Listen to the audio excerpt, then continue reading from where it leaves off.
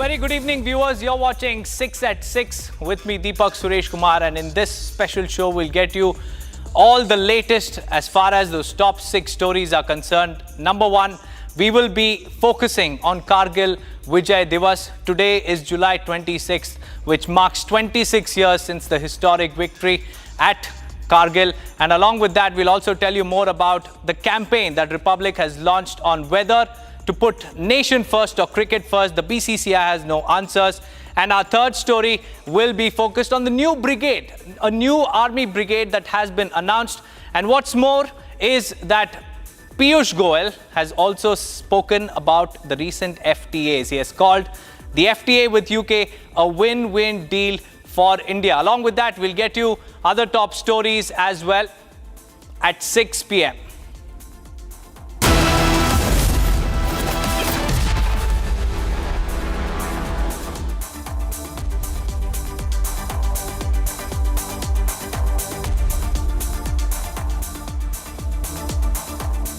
First up, viewers, how can cricket be placed above the nation? At a time when India is observing the 26th anniversary of Kargil Vijay Divas, honoring the sacrifices of our soldiers, news comes in that India will face Pakistan in the Asia Cup 2025, scheduled to be played at a neutral venue in the UAE. Now, both the countries have been put in the same group, and there is a possibility that India could end up facing Pakistan 3 times in the same tournament. So, as the nation remembers the bravery of our Jawans who laid down their lives defending our borders, this decision raises a serious question. Can cricket diplomacy justify sporting ties with a country that continues to sponsor terror across our border? This isn't just a match. This is a test of national conscience.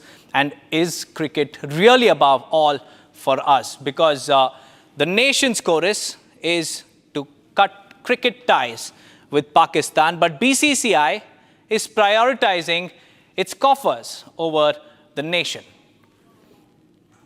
In fact, to give us more insights, we have Kargil Vijay joining us live, a sports commentator and a high-performance leadership coach. Kargil, a very good evening to you, Kargil, and thank you for joining us on 6 at 6. What do you think? Because the BCCI has gone completely silent. Do you think that India and Pakistan should play and should share the same group, if at all the matches are confirmed? Deepak, before we start, today's a day to not just pause, but also to feel and honor all our brave martyrs on the occasion of, Kargil Vijay Divas. I want to express my solidarity to all your viewers. And I think today's a day we remember with great pride, great honor, and great grit. Now, in terms of the question you asked, Deepak, you're an avid cricket fan, even I'm a cricket fan, and we would, but this is beyond all this. This is about nation. This is about nation first always, in every situation. When you have a country which has harbored terrorists and sent those terrorists to your country and killed your own countrymen, how can you engage with them in any form if because this happened in the last 3 months, right? In the last 3 months, this incident happened in Pahalgam, and before that, we've had so many incidents. But this is a brave new India. This is an India which is very resilient. This is an India. I'm talking about India as an India population, which is so galvanized and which believes in Operation Sindoor. And as we talk, we've also heard the defense minister say that Operation Sindoor is still on. If Operation Sindoor is still on, how can we engage with an enemy country which has been sending terrorists to you, which has been fighting a war with you? It just makes no sense. And I think the system is really wrong here. We really need to understand who are the sponsors for this event, why they've been sponsoring an Asia Cup of this manner, and what is the necessity of India to play with Pakistan, right? As in, where does it all start? Where does it all end? Why? Why do we have to play with Pakistan? Is it about the views more than the heartbeats? Is it about, making more money at the cost of all our brave countrymen who died for this war? I don't think it makes any sense, and I really don't think we should even engage with them. We should negotiate with them, or we should even have any kind of sporting ties with them. Also, we have also had ministers from our country, from the opposition party, which had gone out to different parts of the world and spoken about why Pakistan should be declared as a terrorist nation. Now, when you do this, when the government does this, and then you backtrack and say, no, we will still play cricket with Pakistan, it makes no sense at all. There is no balance. There is no method to this madness. and it just makes no sense. There is no beginning, there's no end here. If we go back and play cricket with Pakistan, the loser is going to be India, not Pakistan. Pakistan has not done anything to even play cricket with us. They are only going to gain from this. And as we talk, Pakistan is a bankrupt country. And if India plays with them, India is sponsoring their terrorism in more ways than one. So I think we should be really careful. We should really stand up as a nation, and I think Republic TV is doing a great, is doing something really nice. It's galvanizing the entire nation to think about nation first. I think as a nation, it's not just about you and me talking about it, but it's about a collective force coming in together and trying to make a difference and telling that, these things are non-negotiable.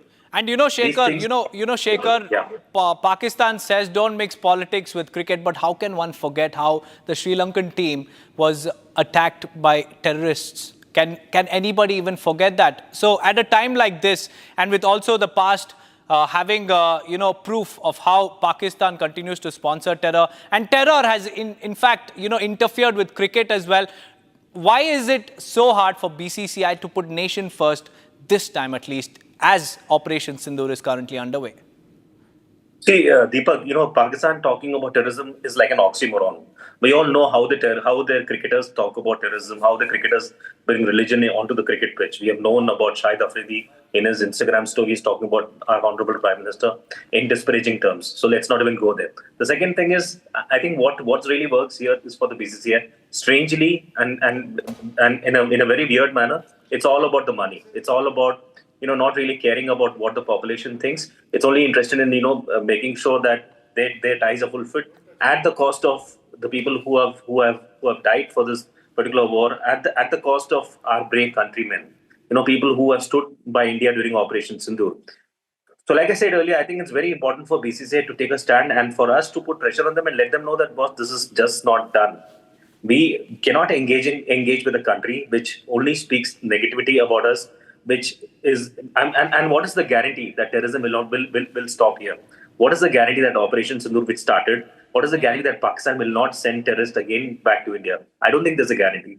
We have seen them doing this in the past. Right now, they're trying to do this with India because they need money, they need finance. They are a bankrupt country. Shekhar, and it's time the BCCI, puts nation first and puts other interests aside, because this is a time when, a very united stand is required. But many thanks, Shekhar, for giving us your insights, especially at a time when the nation is still waiting for more successful, insights from Operation Sindoor. But let's move on, viewers, because the nation marks the 26th Kargil Vijay Diwas, and the countrymen remember the fallen warriors who laid down their lives for the nation in Operation Vijay in 1999 and bit the bullet to keep India's sovereignty and integrity intact. At the Kargil War Memorial, Chief of Army Staff General Rudra Brigade paid tributes to the Kargil war heroes, along with MOS Defence Sanjay Seth. General Brigade addressed the gathering and hailed the sacrifices of the immortal martyrs who sacrificed their lives for the nation, hailing Operation Sindoor, India's last major retaliation against Pakistan, an ongoing operation as well. General Vivedi said India's integrity will not be compromised at any cost. Meanwhile, in the national capital, Defence Minister Rajnath Singh, along with Tri-Services Chiefs and the CDS General Anil Chauhan, paid tributes to the fallen warriors of the 1999 Indo-Pak War. Operation सिंदूर के दौरान भी भारतीय सेना ने उसी अदम्य साहस और दृढ़ संकल्प के साथ पाकिस्तान से समर्थित टेररिस्ट इंफ्रास्ट्रक्चर को निशाना बनाया और पाकिस्तान की अन्य आक्रामक कार्रवाइयों को प्रभावशाली ढंग से विफल करते हुए एक निर्णायक जीत हासिल की। हमने शांति को अवसर दिया, पर उसने कायरता की कार्रवाई की और उसका उत्तर केवल हमने पराक्रम से दिया। ऑपरेशन सिंदूर हमारा संकल्प, संदेश भी और उत्तर भी। पहलगाम में हुई कायरतापूर्ण आतंकी हमला पूरे देश के लिए गहरी चोट था, लेकिन इस बार भारत ने सिर्फ शोक नहीं जताया, बल्कि ठान लिया कि अब जवाब निर्णायक होगा। देशवासियों का अटूट विश्वास और सरकार द्वारा दी गई रणनीतिक स्वतंत्रता से भारतीय सेना ने एक सुनियोजित, सटीक और निर्णायक जवाब दिया। भारतीय सेना ने 6 और 7 मई की रात को पाकिस्तान और पाकिस्तान ऑक्यूपाइड जम्मू एंड कश्मीर में 9 हाई वैल्यू आतंकवादी ठिकानों को निशाना बनाया, बिना किसी मासूम नागरिक को हानि पहुंचाए हुए। यह केवल जवाब नहीं था, यह स्पष्ट संदेश था कि आतंकवाद को सहारा देने वाले अब नहीं बचेंगे।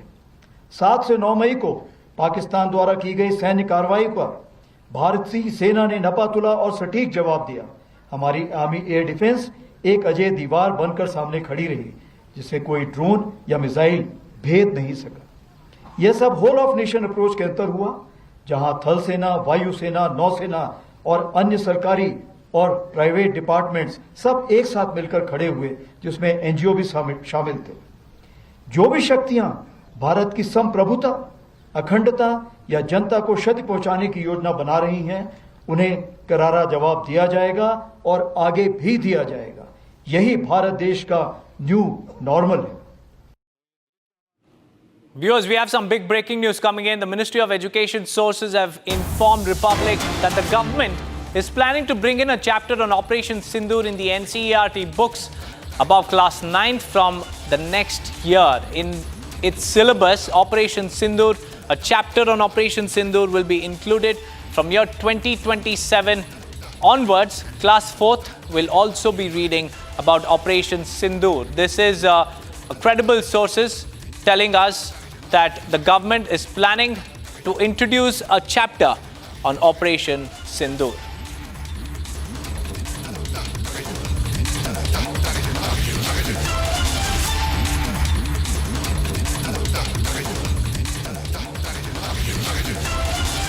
Moving on, viewers, Chief of Army Staff General Upendra Dwivedi also announced a new brigade being established with fighting components like mechanized infantry, armored units, artillery, special forces with logistic and combat support. He also adds that the Indian Army is completely prepared to fulfill the vision of Viksit Bharat 2047. Listen in. कोई शक्तियां भारत की संप्रभुता, अखंडता या जनता को क्षति पहुंचाने की योजना बना रही हैं, उन्हें करारा जवाब दिया जाएगा और आगे भी दिया जाएगा। यही भारत देश का न्यू नॉर्मल है। आज की भारतीय सेना न केवल वर्तमान चुनौतियों का सफलतापूर्वक सामना कर रही, बल्कि हम नित्य प्रतिदिन एक परिवर्तनशील, आधुनिक और भविष्य उन्मुख शक्ति के रूप में तेजी से अग्रसर हो रहे हैं।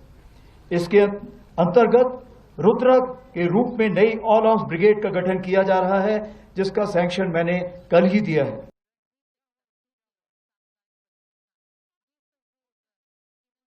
Vivedi now announcing a Rudra squad. This is the latest squad that has been announced by General Upendra Dwivedi, and this comes on a day when the nation is remembering Kargil heroes.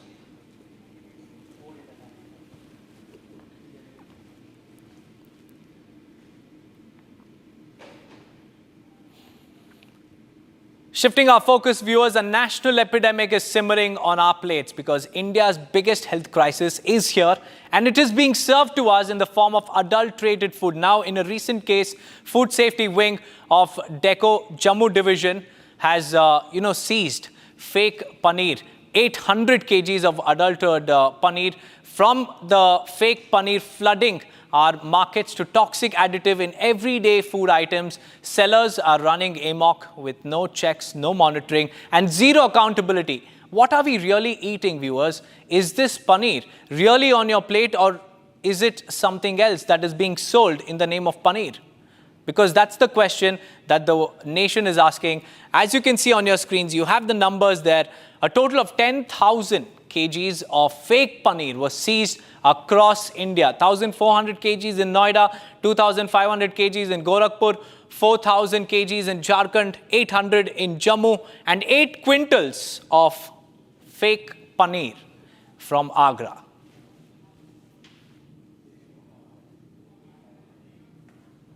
By a member of the Restaurant Association, Manpreet Singh. Thank you so much, sir, for speaking to us. Mr. Singh, can you please brief us about the number of incidents that have significantly increased with regards to adulterated food? We have seen multiple reports wherein adulterated paneer or cheese was seized in large quantities. Well, It's very difficult to say anything about the reports which are coming in, but there are a lot of influencers who are also misleading the public. It happens sometimes, some people say, we want some money, or there have been some incidents like that also. But as far as our organization is concerned, we've had a couple of meetings with the director of FSSAI, and they have given us some guidelines, especially about our latest. There are some issues about analog paneer and the normal paneer. So we have also sent out this information, dispersed it to our entire fraternity, and we are always, guiding our members. And most, I think, absolutely, maybe 100% of our members are buying products from established entities, so which is very important. Also, we have guided our members that they should, in case they are using things like analog paneer, then it should be mentioned on the menu. And I don't think that any of the organized restaurant people will be using something like analog paneer, because I know that if I go to a restaurant and the menu card says analog paneer, I will not order it. So it's more a concern for smaller restaurants and dhabas and things like that, which may be using this kind of a product. If we talk about these cases of adulterated paneer or cheese being seized, so can you brief us about the center or the zone from where these adulterated paneers are being manufactured? I have no idea about that, because we don't really go deep into these things, and it's not really something that we are supposed to do.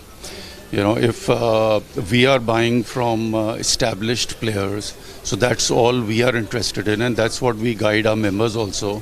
And then we should not be bothered about who's manufacturing and who's not, because that is a government job, maybe an FSI job, and we let them handle it, because it does not really concern us. If we talk about you as a member of the restaurant associations, what steps are you taking to ensure that adulterated food supply is kept in thoughts?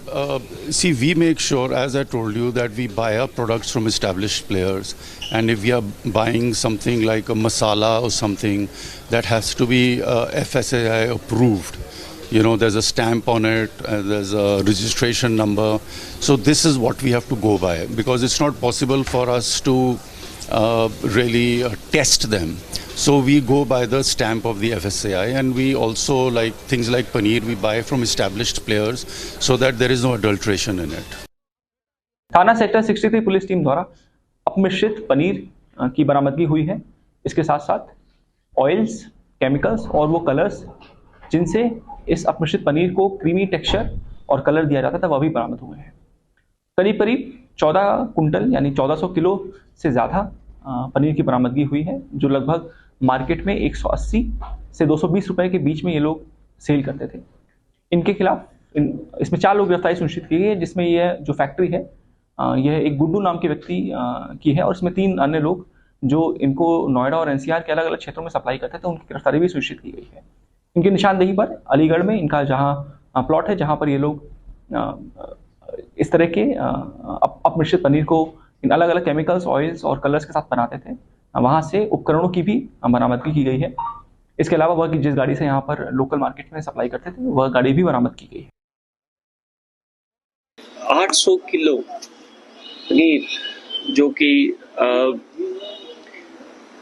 देखने में तो ऐसा लग रहा है कि ये जो रियल पनीर नहीं है, it is synthetic which has been made from the derivatives of plant and animal fats को मिला के बनाया जा रहा है, और पूरी कंट्री में प्रॉबेबली सेल आउट हो रहा है। बिकॉज ये जो गाड़ी हमने आज पकड़ी है, एक स्लीपर बस जो कि दिल्ली से चली कटरा के लिए, तो जम्मू में आके इसने 800 केजी पनीर अनलोड किया, और पुलिस के पास एक रिलायबल सोर्सेस से इंफॉर्मेशन थी कि इसके अंदर अडल्ट्रेटेड चीज़ जो है वो जम्मू की जनता को सप्लाई करने के लिए लाया जा रहा है। जो बस का ड्राइवर है उसको डिटेन किया गया है police station Bage Bahu mein. We are handing over this entire seized product to them और ये इसके बाद लेबोरेटरीज में जाएगा टेस्ट होके and if it is found unhealthy unsafe for the consumers a legal action in the court of law will be taken by the concerned department. Moving on, viewers, Union and Commerce Minister Piyush Goyal has hailed the recently signed free trade agreement between India and the United Kingdom as a game changer. Addressing a press conference in the national capital, he said that the trade deal opens up vast opportunities across multiple sectors for both India and the United Kingdom. And the Commerce Minister also lauded the inclusion of the Prabhat Constitution agreement as well. Let's listen in to Piyush Goyal. प्रधानमंत्री नरेंद्र मोदी जी के नेतृत्व में ये free trade agreement अब भारत को पुनः एक बार विश्व के विकसित देशों के बीच व्यापार के अवसर के साथ खोल रहे हैं।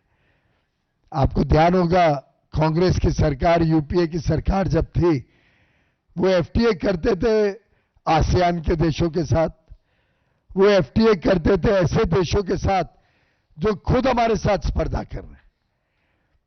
वो हमारे भारत के बाजार ऐसे देशों के लिए खोलते थे और जीरो ड्यूटी करते थे जो भारत में अपना सामान सस्ते में बेच के भारत की मैन्युफैक्चरिंग को नुकसान पहुंचाए।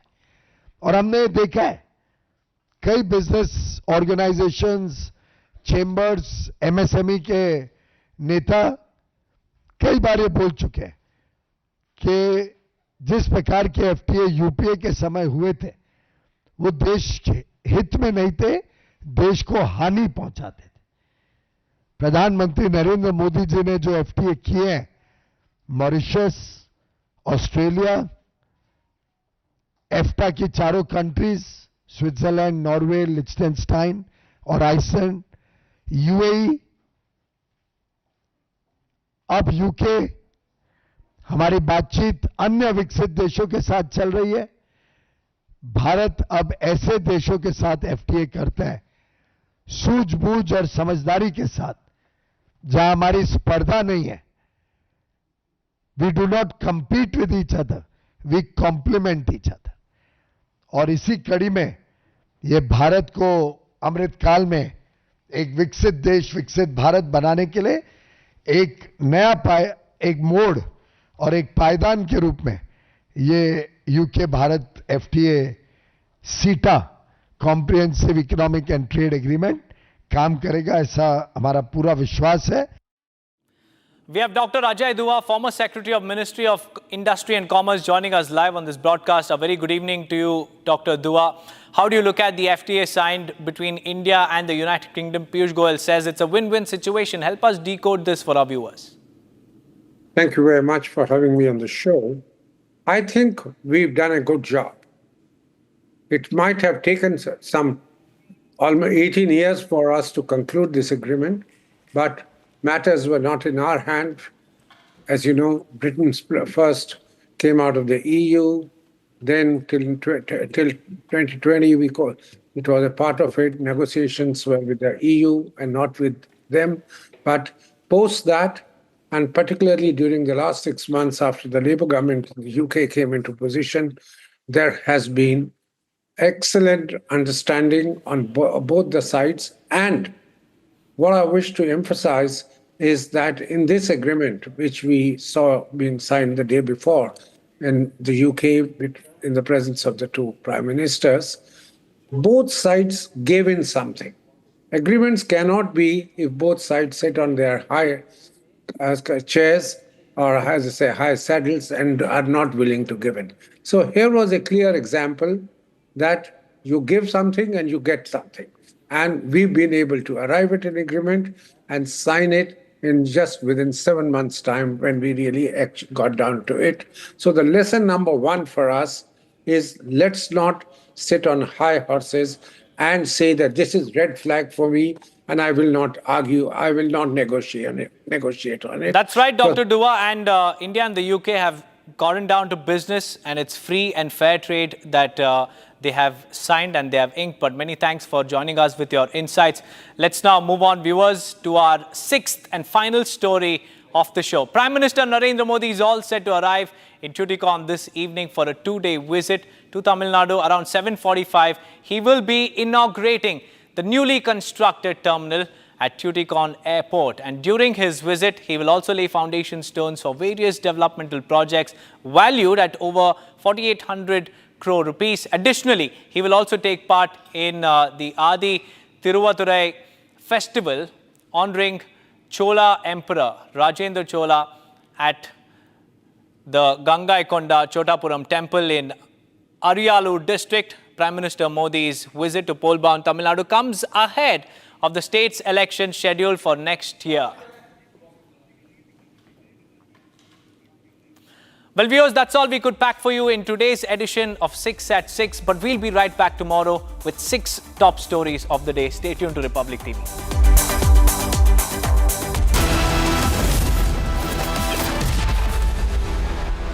13th